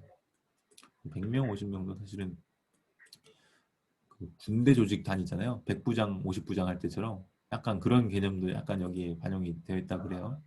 여기서 나중에 칠병수호 사건과 비교해서 볼 때 중요한 그 차이 중에 하나가 이게 코피노스라고 하는 바구니예요. 단어 코피노스. 유대인들이 사용하는 코피노스. 근데 거기에서는 뭐냐? 광주리는 다른 거예요. 그래서 그 사용이 달라요. 그리고 여기 열둘이라고 하는 단어 도데카가 또 사용됐는데 이것도 열두, 이스라엘을 암시하는 그런 표현이죠. 바다 위로 36분이네. 넘겨서 죄송해요. 거의 끝났어요. 네. 바다 위로 걸으시다 하는데 예수님이 이제 이 사건 이후에 제자들 보면 계속 이제 배 타고 가요. 배 타고 지금 배 여행 기사가 연속적으로 나타나고 있는 거예요. 배 타고 가는 것도 중요합니다. 단락이 시작과 끝이 있는데 베세다로 가게 하시고요. 거기서 예수님 홀로 무태에 계시다가 바람이 거스름으로 제자들이 힘겹게 노젓는 걸 보고 바다 위로 걸어서 그들에게 오려고 하는데 유령이냐 판타스마 유령인가 해서 소리 지르죠. 다 놀랐어요. 이것도 이제 바다에서 일어난 일이다. 이 바다. 그래서 안심 마라 내니 두려워하지 말라. 여기서 에고에임이라고 하는 단어가 쓰거든요. 그래서 에고에임이 하면 하나님이 모세에게 가시떨기에서 떨기나무 사이에서 나타나셨을 때 I am who I am 해가지고 야훼 하나님의 그 이름을 나타내셨을 때 그 표현이 히브리어를 그리스어로 번역한 70인역 성경에는 에고에임이라고 나와 있어요. 그 표현이 여기 사용됐거든요. 예수님이 배에 오르신가 자연을 다스리시는 그 하나님의 권능이 나타나죠. 근데 재밌는 게 그 마음이 둔하여졌다는 마음이 둔하여졌다. 이 마음이 둔하여졌다는 표현이 어디 쓰였는지 혹시 기억나세요? 포로시스라고 하는 단어가 그 마음이 완악함. 3장 1절에서 6절, 3장 5절에 바리새인들과 서기관들에 대한 그 비판을 하실 때 그들이 마음이 완악함으로 탄식하며 노하셨거든요. 그때 쓰인 단어, 그 같은 유형의 단어가 여기 제자들을 향해서도 쓰여요. 그들이 마음이 딱딱하다, 마음이 굳었다. 왜? 깨닫지를 못하는 거야. 깨닫지 못하는 이런 것을 통해서 제자들이 계속해서 이해하지 못하고 깨닫지 못하는 그런 면모를 강조하고 있습니다. 놀람과 더불어서 놀란다고 다 긍정적인 반응은 아닌 거죠. 두려워하고 이런 것들은 믿음과 반대되는 그런 요소라고 제가 지난주에 말씀을 드렸던 기억이 납니다. 마지막으로 이제 게네사렛 땅에 가가지고 배에서 내리니까 이제 막 와가지고 아무데나 들어갈 수 있는 지방이다. 이런 기적들이 일어났다. 그래서 이렇게 또 제 아들은 이런데 사람들은 이렇게 반응하면서 이런 결과를 낳는 모습들을 보여주고 있습니다. 이렇게 해서 오늘 조금 오바를 했어요. 10분 오바를 했는데 5장과 6장 말씀까지 간단히 좀 살펴봤습니다. 여러분들에게 조금은 도움이 되셨기를 바라고, 제가 아까 부정함의 3콤보라 그랬잖아요. 거라사인의 지방, 더러운 귀신 들리는 사람, 무덤 사이, 뭐 돼지떼 막 이런 것도 다 부정함의 이미지라 그랬는데, 그뿐입니까? 야이로의 딸과 혈루증 걸린 여인들도 다 부정한 사람들이에요. 왜? 야이로의 딸은 죽었잖아요. 죽으면 뭐예요? 시체예요. 시체는 부정해요. 그 부정한 거에 예수님이 손을 대요. 그 부정함을 정하게 하시는, 다시 말하면 시체에서 생체로 변하게 하시는 거잖아요. 이런 기적도. 그리고 혈루증도 피가 자연적인 상태는 그냥 흐르지 않아야 되는데 이게 부정한 상태는 흐르니까 부정하게 되는 거거든요. 모든 부정함을 고치시는 예수님의 모티브가 5장에서 3가지 연속된 사건을 통해서 드러나고 있는 거예요. 여기까지 하겠습니다. 오늘 40분인데 경청해 주셔서 감사하고요. 강은혜 권사님께 기도 부탁드리겠습니다. 네. 마이크를 설치했어요, 강도사님. 감사합니다. 잘 들려요. 네. 사랑의 하나님, 참으로 감사합니다.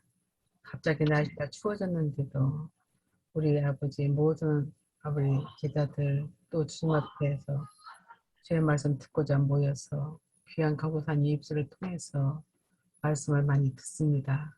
그러나 힘이 부족함을 또 오늘도 느낍니다, 주님. 저희들에게 성령을 부어주셔서 이 말씀을 다시금 깨달을 수 있게 하시고 이 말씀이 심령 안에 새겨져서 그 말씀을 되새김질하면서 그 말씀대로 살아갈 수 있는 힘과 용기와 지혜도 허락하여 주시옵소서. 이 말씀을 준비하느라 많이 수고하는 우리 강도사님 피곤치 않도록 붙잡아 주옵시고 날마다 영력과 체력과 지력을 더해 주시사 주의 거룩하신 말씀을 잘 전달할 수 있는 능력의 종 될 수 있도록 주님 도와주옵시고 그의 가정도 평안케 도와주시옵소서. 아버지 함께하지 못한 우리 제자들도 있네요. 주님 함께하여 주옵시고 이 밤도 주님 함께하여 주시고 거룩한 주일 또 기쁨으로 주 앞에 나와 예배할 수 있는 복된 이 밤 되게 하여 주옵소서. 모든 말씀을 우리 주 예수 그리스도의 거룩하신 이름으로 기도합나이다. 아멘. 감사합니다. 오늘 고생하셨고요. 감사합니다. 다음 주부터는 이제 따로 교환이 없고요. 성경을 읽고 같이 살필 건데 한 가지 여러분들에게 좀 부탁을 드리고 싶은 것은 7장부터 16장까지 있는데 여러분들이 읽고 질문을 만들어서 카톡에 저에게 주시면 제가 그것에 답변을 하면서 이렇게 진행하는 것도 좋을 것 같아요. 저 혼자 이렇게 막 쭉 하는 것보다 같이 이게 각자가 궁금한 것들 한 2가지 정도만 모아도 우리 8명 이렇게 되면은 많잖아요. 그래서 한 장당 최소 1가지에서 2가지 정도를 좀 준비해서 가져오시면 우리가 좀 더 풍성한 시간이 되지 않을까 개인적으로 생각을 합니다. 카톡방에 한 번 더 공지를 하겠습니다. 고생하셨고요. 몇번까지요, 목사님? 그거 제가 카톡방에 계산해서 알려드릴게요. 2번 남았거든요. 네, 그래서 예, 고생하셨습니다. 평안한 밤 네, 되세요. 고생하셨습니다. 하셨습니다.